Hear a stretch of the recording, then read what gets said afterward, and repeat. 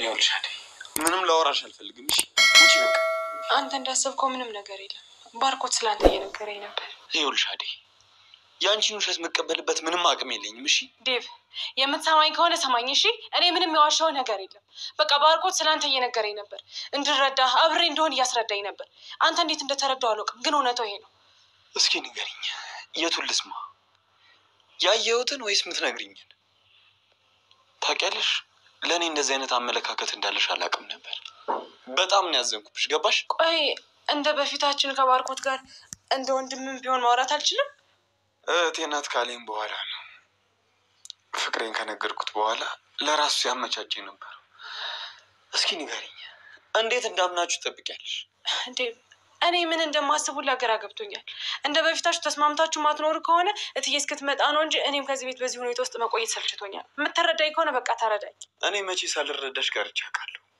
ሁሌ እኮ እንደተረዳሁሽ ነው ሁሌ በፈለግሽው መንገድ እየተጓዝኩ ነው አንቺ ግን አንድ ቀን ዴቭ ምን እየተሰማው ነው እንደዚህ ስለው ምን እየተሰማው ነው ብለሽ እንኳን ልትረጅኝ አትሞክሪም ገባሽ ዴቭ ስንት ነገር ዛሬም እየወቀስከኝ ነው አንቺ የምታደርጊው ነገር እያወቅሽ አይደለም አይደል ታውቂያለሽ በየጊዜው ልቤ ወደ አንቺ እየቀረበ ነው አንቺ ግን እንዲቀርብ አትፈቅጂለትም ቆይ የውሸት እያስመሰልኩ አብሬ እንደሆነ ፍላጎትህ ምንም ማስመሰል አይጠበቅብሽም ምንም ማድረግም አይጠበቅብሽ ግን ልብሽን አንድ ቦታ አሳርፊው እሺ እዚህም እዛም አትበይ እኔ ከማን ጋር ነው እዚህም እዛም ስለያየህ ምንድነው የማይመስለው ነገር እስኪ ንገሪኝ ባርኮትን ትወጂዋለሽ ያ ኪንጎ ለሚባለው ልጅ ደግሞ ፊት ትሰጪዋለሽ ናኦልን ደግሞ ወንድሜ በሚባል ሰበብ እየተቀራረባችሁ ነው ያላችሁት ለዚህ እኮ ነው ፍቅሬን መቀበል ያቃተሽ ዴቭ ንግግርን ብታስተካክል መልካም ነው ከማናቸውም ጋር ምንም አይነት ግንኙነት እንደሌለ ልብ ያውቀዋል አንተ እንደምታስባት ደግሞ ተራ ሴት አይደለሁም እሺ ኧረ ለምን እናደዳለሁ ደስ ብሎኝ ነው እንጂ ሊዱን እዛ መንገድ ለመንገስ ኮትታታ ይሆነ ደስ አለኝ ለዛ ነው እሺ እንዴት እንደምወድሽ እያወቅሽ እንዴት እንደዚህ ትይኛለሽ አንዴ ትቀኛለሽ አንዴ ከማንም ጋር እንዳቆም ትይኛለሽ ባንቺ ምክንያት ከቤዛ ጋር ተጣላው ከሊዲያ ጋር ተጣላው ቆይ ምንድነው ሐሳብሽ ሁሌ ጭቅጭቅ አይሰለችም እንዴ ቆይ መቼ ተጨቃጭቂ ነው ጭቅጭቅ የምትለው እንዴ ቆይ አንተ ትግስት እዚህ ድረስ ብቻ ናት ነገር ሲበዛም እኮ ይደብራል ይኸውልህ እስከ ዛሬ ድረስ ከሊዱ ጋር ነበር ጸቤ ከዚህ በኋላ ግን ካንተ ጋር ነው የሚሆነው እሺ ተጠንቀቅ ቆይ ለምንድነው እንደዚህ እያወራሽኛለሽ ምን አድርጌ ነው ያደረግከውንም አንተ ታውቃለህ እሺ ያደረግኩት ነገር ይሄ ነው ብለሽ ንገሪኝ ሊዱና ናኦል አንድ ላይ ከሆኑ በኋላ እኮ አንተ ጸባይ ሁሉ ተቀይሯል ለሊዱ ያለ ነገር ሁሉ ነው የተቀየረው ይባስ ብለህም እኮ በናኦልም መናደድ ጀምረሃል እንዴ ድሮ ከኋላ እየተከተለች የምታስቸግርልች ጭራሽ ቦታ ተቀይራችሁ እኮ አንተ ሆነሃል እኮ የምታስቸግራት በቃ አልጨረስኩም ሊዱን ብቻ አይደለም ከዚህ በኋላ ቤዛንም ቢሆን እዚህ ቤት ላያት አልፈልግም እሺ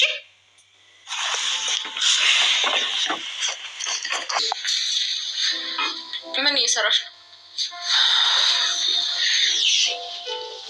ምንድነው የሚለጉምሽ ፍቅር ስመልስልሽ ለምን መለሽልኝ ዝም ስል ደግሞ ምንድነው የሚለጉምሽ ቆይ እኔ ምን ላድርግ ቆይ ቅድም ዴቭ ጋር ምን አባሽ እየሰራሽ ነበር እሱ የግል ህይወታችን ነው አንቺ ነው የሚመለከትሽ አንቺ ደግሞ ምን አባሽ ነው ከዴቭ ጋር የግል ህይወት የሚኖርሽ ፍቅር ልቀቂ ምን እያለሽ ነው አታያትም እንዴት እንደሚያደርጋት ፍቅር አሁን አትጨቃጨቂ እዚህ ቤት መምጣት እንዳስጠላኝ ለምን እንደምታረጊ አንተ እዚህ ቤት መምጣት አስጠላህ አይደለ እኔ ደግሞ የምኖረው እዚህ ቤት ውስጥ ነው ቆይ እንዴት ይሄን ስቃት ትረዳኝ አንተ ኃላፊነት ከመወጣት ካቃተ እማዬ ትምጣ ሁሉንም ነገር ለሷ አስረዳታለሁ ሰማያለሽ ፍቅር ካንቺ ጋር ሌላ ወሬ ማውራት አልፈልግም ሂጂ ግቢ እማዬ ስለዚህ ነገር ተስማና ካንቺ ጋር መጨረሻችን ነው የሚሆነው እሺ ነግሬሻለሁ ሂጂ ጫው እስኪ አንዴ እንኳን ስማኝ ምንድነው የምሰማሽ ንገረኛ ምንድነው የምሰማሽ ሰማያለሽ ከዚህ በኋላ አደይ በክፉ አይንሽ እንኳን ልታያት አልፈልግም ሂጂ ጫው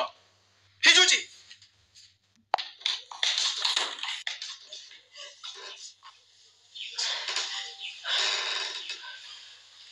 ቆይ ምን እያደረጋችሁ ነው አንቺ መናጢ ቆይ ማን አባርሽኖሽ ነው ባርኪንግ ክፍልሽ ያስገባሽው ቆይ አንቺ ማን ስለሆንሽ ነው ዴቭን የምታስከፍ ስንት ጊዜ ነው ልክሽን ወቂ ብዬ ነገርኩሽ አንቺም በደንብ ስሚ እሺ እኔ ማንንም ለጥቅሜ ስለምቀርብ ሴት ደግሞ ያላየሁትን አየሁ ብዬ እንደማራሽ ሁለታችሁም ታውቁታላችሁ አንቺ ገረዳሽ እኔ ነገ ፈታሽ የማልሆን ሰው መሆኔን ግን አትርሺ። አንቺ ምን እያደረግሽ ነው? ካላከበራችሁኝ እንዴት እንደምንቃችሁ ያሳያችሁ።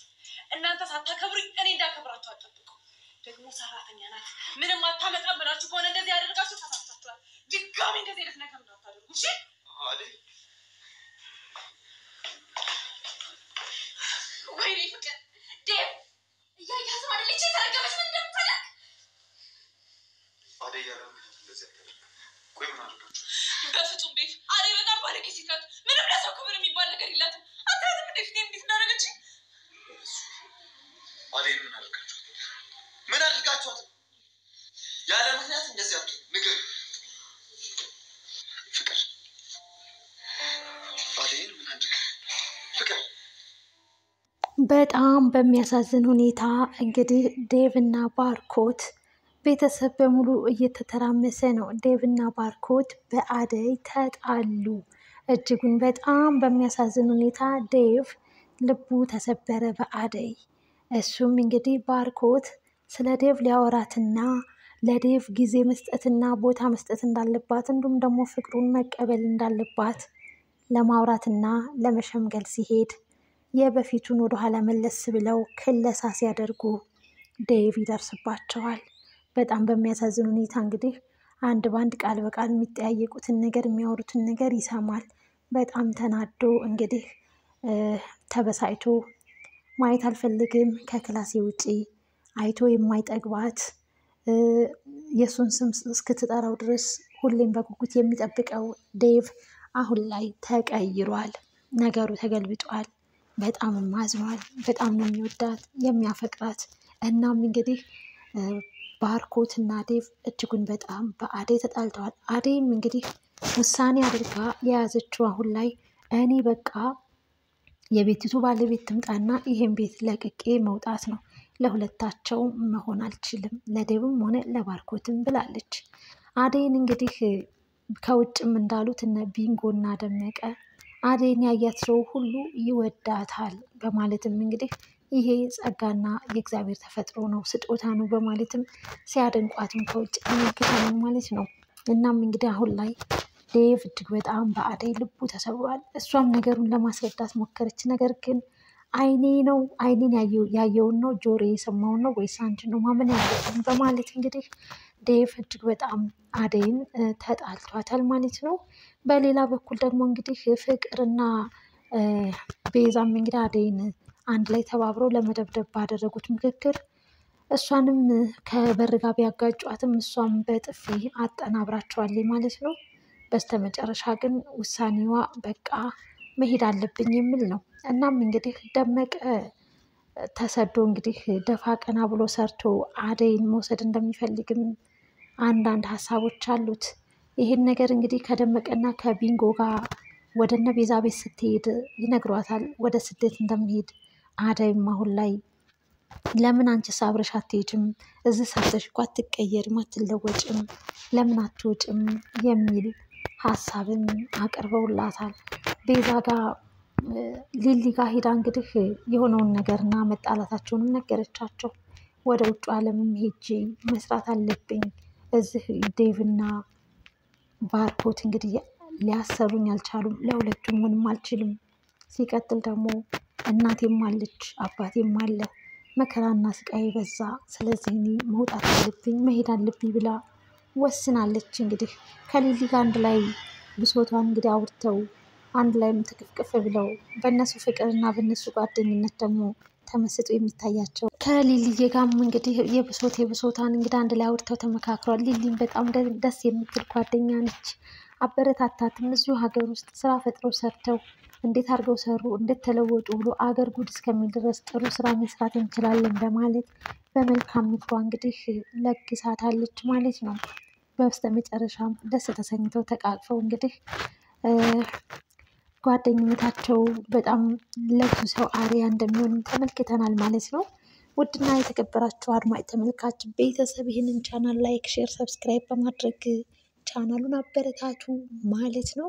እንግዲህ የክፍል 56 እኒህን ነገሮች እንግዲህ ተመልክተናል ማለት ነው። ዴቭ እና ባርኮት በአደይ ተጣልተዋል። ነገር ግን የአመለካከት ጉዳይ ነው። ባርኮትም እኔ አንተ እንደምታስበው አይደለም፣ አደይም እንግዲህ አንተ እንደምታስበው አይደለም ብለው እንግዲህ ባርኮትን ዴቭን ለማስረዳት ሞክረዋል። ዴቭ ግን ጆሮ የሰማውንና አይን ያየውን ነው ላምን የሚችለው፣ ዞር በሉ ብሎ መስሚያ የለኝም ብሏቸዋል። ሊዲያም እንግዲህ ከኤላ ተስፋ ቆርጣለች። እናም እንግዲህ ፊት ነስተዋለች። ናኦል እያለች ነው። ናኦል ደግሞ አደይም በጣም ይወዳታል፣ ይፈልጋታል። እናም እንግዲህ ሊዲያ በጣም ስትገረም ነበር። ለምንድን ነው አደይን የፈለግካት እያለችን ጥያቄ ጠይቀዋለች። የፈለገባትን ምክንያቷንም እንድትወደድ የሚያደርጋትንም ነገር እንግዲህ በዝርዝር አስቀምጦ ሲነግራት ነበረ። በእንደዚህ ተመልክተናል የሰራተኛዋ የአደይ የ56 ክፍልን እነዚህን ነገሮች ተመልክተናል ማለት ነው። እውነቱም ውሸቱም ጽድት ጥርት እያለ ወደፊት ብዙ ነገር እንደምንማማር ተስፋ አደርጋለሁ። በሌላ በኩል ደግሞ እንግዲህ ሊሊ የቤዛ እውነት ነው ወይንስ ውሸት ነው? ብር ለምንድን ነው የፈለገችው? የምርን ቤታቸው በእዳ ተይዟል ወይስ አልተያዘም? ወንድሟ አስታስሯል የሚለውን ነገር አጣራ። ሳታጣራ ብሩን አንሰጣትም እንግዲህ ብላለች ማለት ነው። ይህንን ተመልክተናል ማለት ነው።